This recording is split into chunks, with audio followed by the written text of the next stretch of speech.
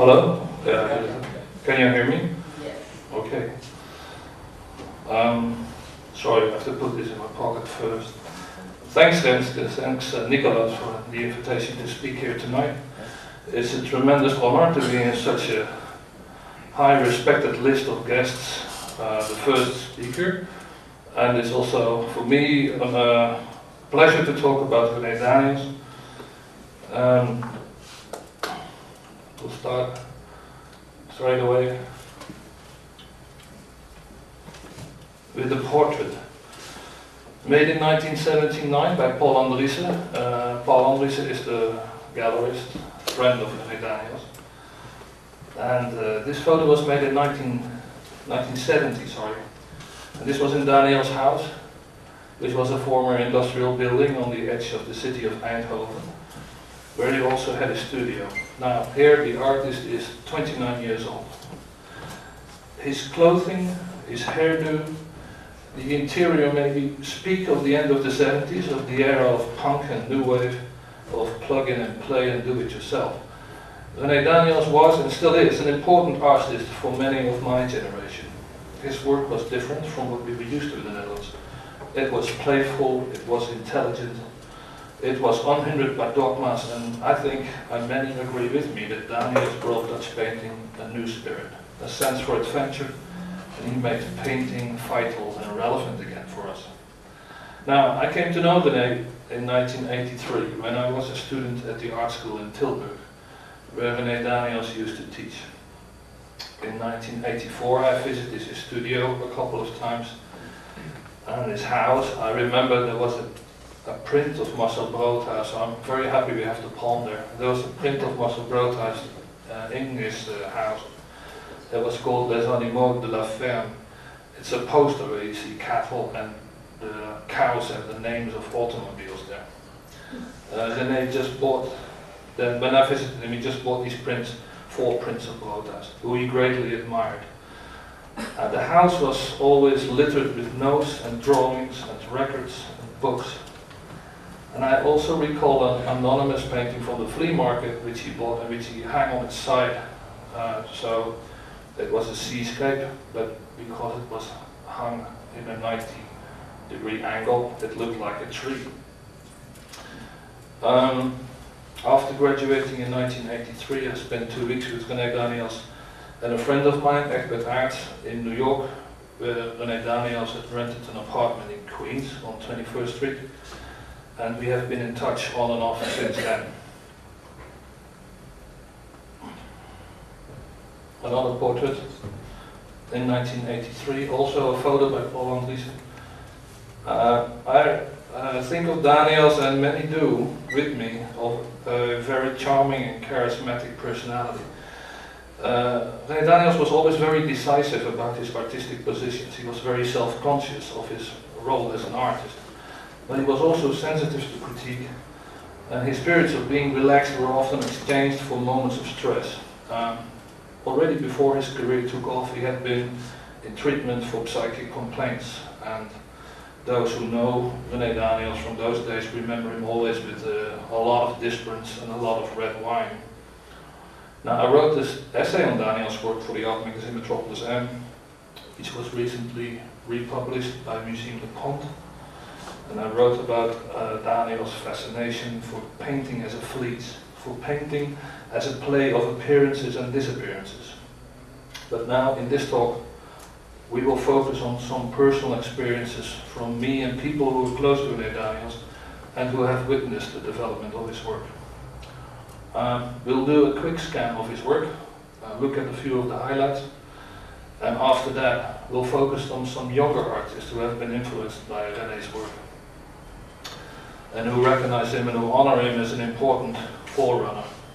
You have to excuse me for the qualities of the reproductions, which are in terms of color totally unreliable, but I'm sorry we have to do with it. This is a picture from 1987 called Lentebloesem, Spring Blossom.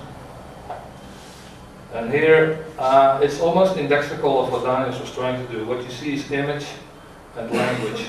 What you see is painting and poetry.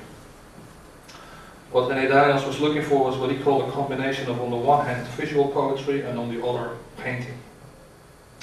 The essence, he said, is in the mixing of images with words and of images with ideas. He himself situated his work in what he said, the no man's land between art, literature and life itself.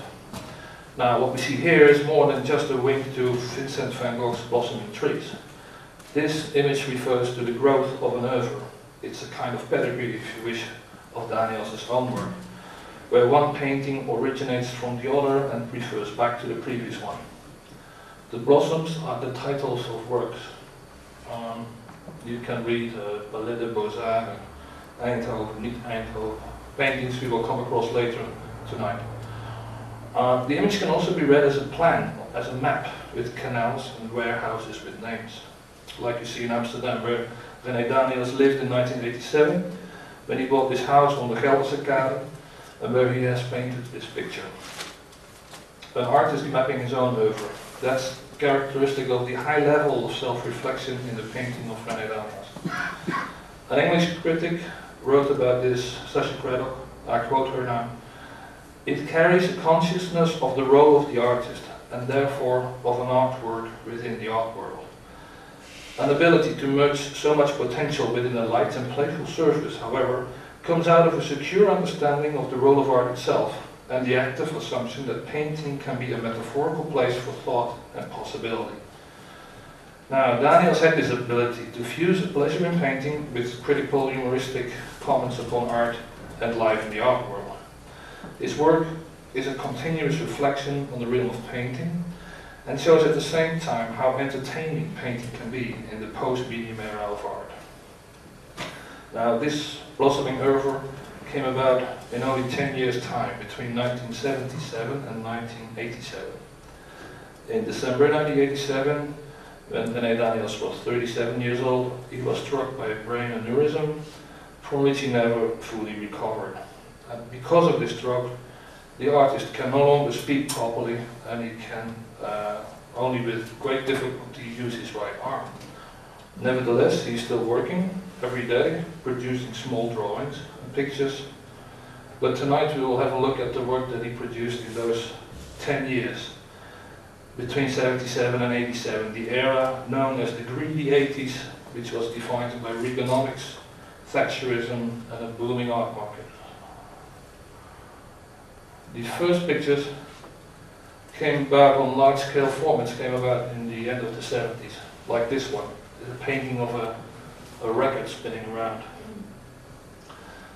Music was very important to René Daniëls. With his Super 8 film camera, he filmed performances of bands playing in the FNA in Eindhoven or in Paradiso in Amsterdam, such as the Sex Pistols, the Stranglers, the Talking Heads, Jonathan Richman and the Modern Lovers, the Slits, Lou Reed, and last but not least the Dutch punk band Nasmak.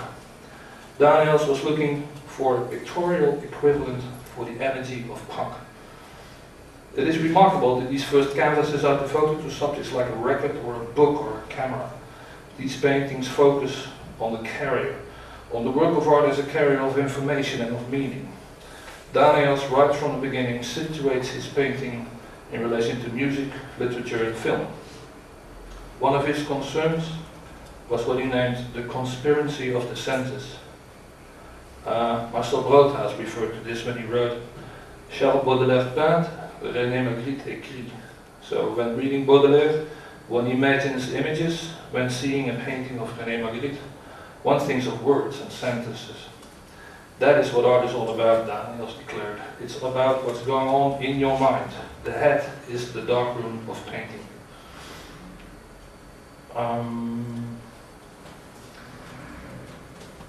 It is quite remarkable that right from the beginning the importance of Daniëls' work was recognized by the museums. This is 1978 and Daniëls was participating in a group show at the Stedelijk Museum. Here you see three works from 77, the records, books, and on the far right you see, it's hard to see on this reproduction, a painting of a book cover, a book by Ika Bonset.